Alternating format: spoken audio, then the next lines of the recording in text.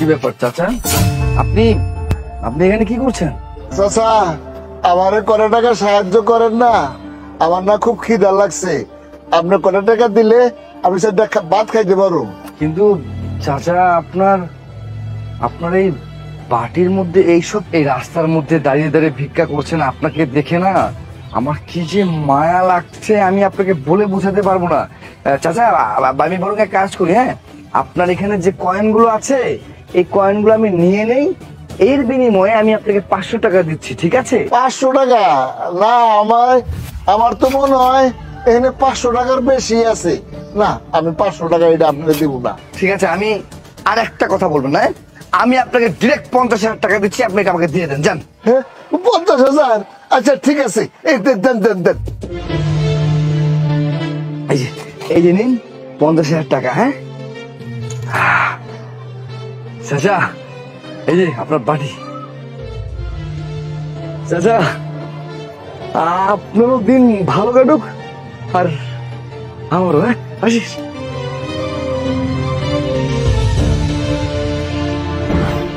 মদন আরে রাখ তোর স্টিলের বাটি, 50,000 টাকা। মদন আইছে, মদন আমারে কয় আমার দিন নাকি ভালো যাইবো, ওর দিন নাকি ভালো যাইবো। আরে বেটা আমার দিন নে, আমার তো পুরা মাস ভালো যাইবো। কোন হানকার। আচ্ছা আমি যাই গে, এটা খোলা এনে রাইখা হাঁটি। বলো আল্লাহ নবীজির নাম, বলো আল্লাহ নবীজির নাম, বলো মুমিন।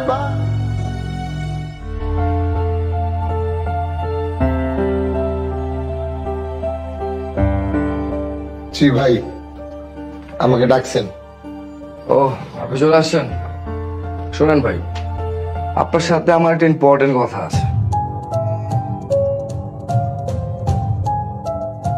এই যে এখানে রয়েছে আমার বউয়ের সব গহনা।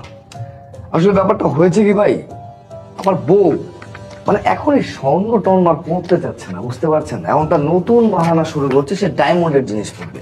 আর তাছাড়া আমি কিন্তু এই সবগুলো গোল্ড একদম দুবাই থেকে নিয়ে এসেছি, পিওর গোল্ড ভাই, বুঝছেন? কোনো সমস্যা নেই। মানে প্রত্যেকবার আমি আমার বউকে ভালোবেসে যখন যেটা মনে হয়েছে সেগুলো দিয়েছি, এখন সেসব পড়তে চাচ্ছে। তাই ভাবছি এই সব কিছু বেচে দিব, যেহেতু সে ডায়মন্ডের জিনিসপত্রই নিবে, এসব রেখে আর লাভ কি? ঠিক আছে বুঝলাম। দেখুন দেখুন, পুরো খাঁটি সোনা, বুঝছেন? ভাই আপনি কি আমার সাথে মজা করার জন্য ডাকছেন? আরে আপনার সাথে আমার মজা করতে যাবো কিসের জন্য ভাই?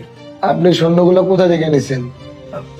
কই থেকে পাইছি মানে মানে আরে বললাম না আপনাকে একটু আগে আমি যে এগুলো সব আমার বউয়ের জন্য কিনেছিলাম, আমি সব গিফট করেছি ডিরেক্ট দুবাই থেকে। এগুলো দুবাইয়ের স্বর্ণ? দুবাই এলা আপনার সাথে মজা নিছে নাকি আপনি আমার সাথে মজা নিতেছেন? আমি তো এটাই বুঝতেছি না। আপনি বুঝছি, আপনি বুঝবেন না, আমি আপনাকে বুঝাইতেছি। এই দেখেন, আপনার দুবাইয়ের স্বর্ণ থেকে রং উঠতেছে, তাহলে বুঝেন আপনি কি স্বর্ণ কিনছেন।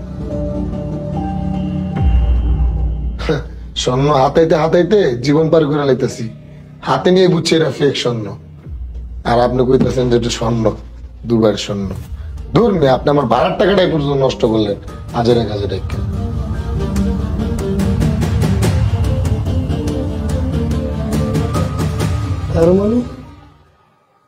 তার মানে ওই অন্ধ ভিক্ষুক কালার বাচ্চা পুরোটাই ফ্রড, আমার কাছ থেকে উল্টো টাকাগুলো নিয়ে গেল। চিন্তা করলাম আমি হয়তো জিতে গেছি, আমি চুরি করছি। চোরের উপর বাটপাড়ি, আরে বাপ রে বাপ, এ বুড়া তো হেভি জিনিস।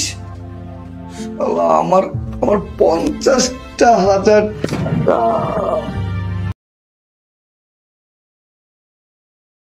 এই যে আমাদেরকে 2 কাপ চা দেন। ভাইয়া আর কত কাজ করবে?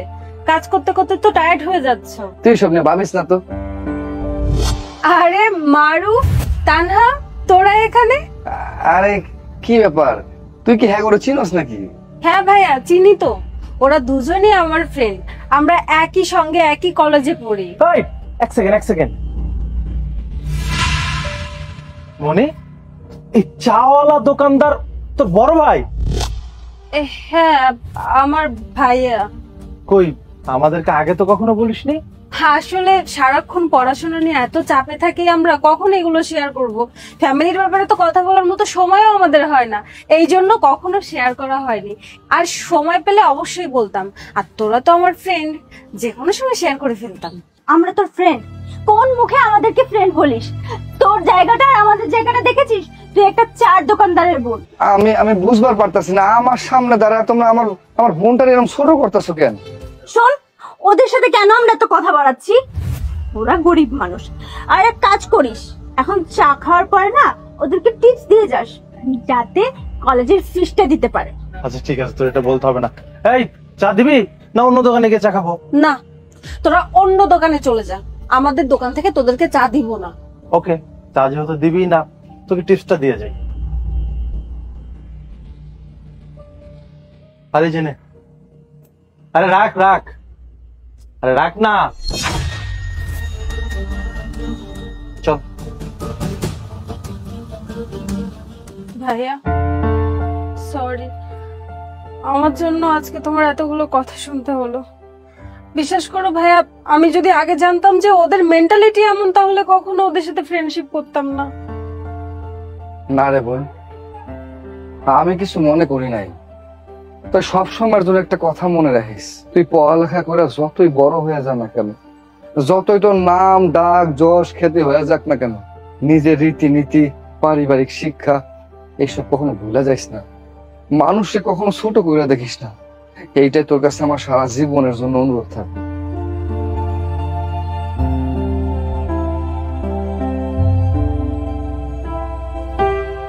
আরে মারু, তানহা, তোরা এখানে আমার অফিসে? মনি, এই দুইজন তোর কলেজ লাইফের ওই বন্ধু না, যারা তোরে নিয়ে হাসি ঠাট্টা করছে, তোর গরিবী নিয়ে মজা করছে? হ্যাঁ ভাইয়া। এই যে তোমাকে কি লজ্জা শরম বলতে কোনো কিছু নাই? হ্যাঁ, যেই মানুষটারে তোমরা কলেজে তার গরিবী নিয়ে হাসি ঠাট্টা করছো, তাই নিয়ে মজা করছো, আজকে তার কাছে আইছো তোমরা চাকরির জন্য, তোমাদের কি ন্যূনতম লজ্জা শরম বলতে কিছু নাই? লজ্জা করবে কেন? এখানে লজ্জা করে তো কিছু নেই। আমাদের ফ্রেন্ড ভালো পরিশ্রম করেছে, সে সফল হয়েছে, এত বড় একটা কোম্পানির মালিক হয়েছে, আমাদের তো প্রাউড হচ্ছে। লজ্জা করবে কেন বলেন তো? আপনারা যে একটা সময় আমার বোনডে নিয়ে হাসি ঠাট্টা করছেন, মজা করছেন, তারে ছোট দেখাইছেন, এটা আমি খুব ভালো মতোই জানি। এখন আবার কি কইতেছেন? এখন কইতেছেন যে মজা করছেন। হ্যাঁ শোন বোন, তোর আমি একটা কথা কই, যেই সমস্ত মানুষের ভিতরে মনুষ্যত্ব জ্ঞান বলতে কোনো কিছু নাই, মানুষে ছোট কইরা দেখে, এই সমস্ত লোকজনের আমগো কোম্পানিতে চাকরি করার কোনো অধিকার নাই। সবচেয়ে ভালো হইব এগোরে এই কোম্পানি থেকে বাইর করে দাও, এগোর চাকরি দেওয়ার কোনো দরকার নেই। না না ভাইয়া, আমরা এটা করতে পারি না। ওরা যে কাজটা করেছে সেই সেম কাজটা যদি আমরাও করি, তাহলে তো আমরাও ওদের মতো হয়ে গেলাম। হ্যাঁ, আমরা অনেক কষ্ট করে এই পজিশনে এসেছি, আর ওই সময়টাতে ওরা আমাদেরকে খুব অপমান করে কথা বলেছে, কিন্তু এখন আমরা সেই কাজটা করতে পারি না। হাজার হলেও আমরা একসঙ্গে পড়াশোনা করেছি তো, আর আমাদের একটু হলেও মনুষ্যত্ব বোধ আছে। মারু, তানহা, দাঁড়িয়ে আছিস কেন? বস, তোদের ইন্টারভিউ নেই। ঠিক আছে।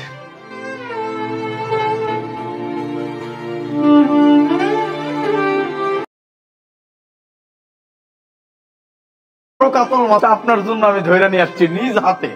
আর এইটা হইতেছে আমার মায়ের হাতের রান্না, মুরগির তরকারি। আলিফ সাহেব, কি আবার এসব দরকার ছিল? যাই হোক, আনছেন, আপনাকে অনেক ধন্যবাদ। আর সত্যি বলতে গ্রামের তাজা সবজি, পুকুরের মাছ, এসব আমার খুব প্রিয়। কি স্বাদ! আর গ্রামে গেলে তো আমি তাজা খাবার ছাড়া খাই না। স্যার কি যা বলেন, তাজা খাবার ছাড়া তো আমার পেটে কখনো ঢোকেই না। স্যার স্যার আপনি খুশি হয়েছেন? আরে খুশি হবো না মানে? কি বলছেন আলিফ সাহেব? আপনি আমার জন্য এত কষ্ট করে এগুলো নিয়ে আসছেন, খুশি না হয় কোনো উপায় আছে? আমি এক কাজ করি, অফিসের পিয়নকে ডাকতেছি, ডেকে ওকে আমি বলতেছি এগুলো সব ফ্রিজে সুন্দর করে রেখে দিতে, সুন্দর করে রেখে দিবে, আপনি যাওয়ার সময় নিয়ে যাবেন। আচ্ছা ঠিক আছে। ঠিক আছে স্যার, আসসালামু আলাইকুম।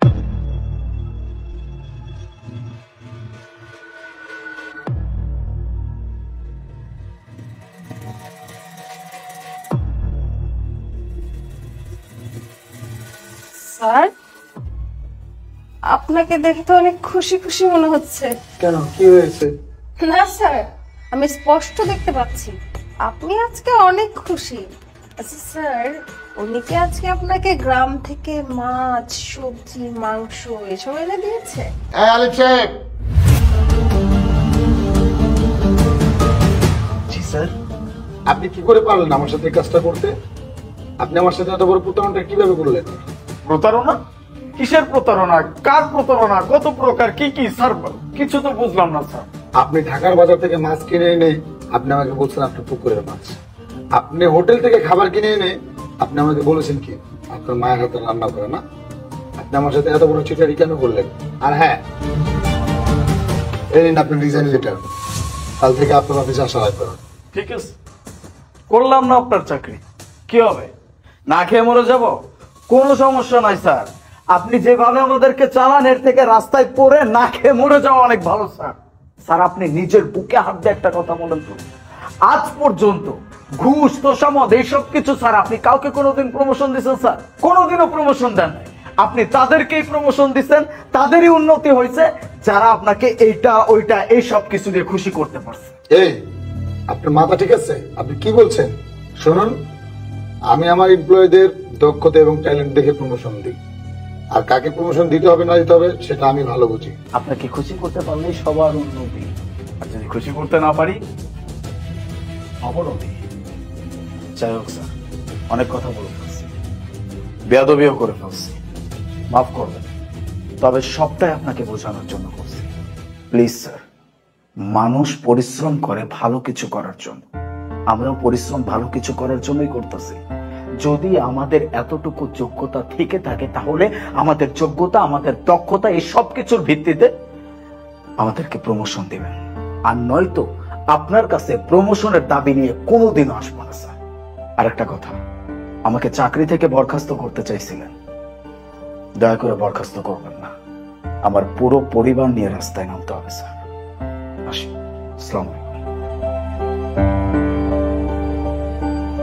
আপনিও যান।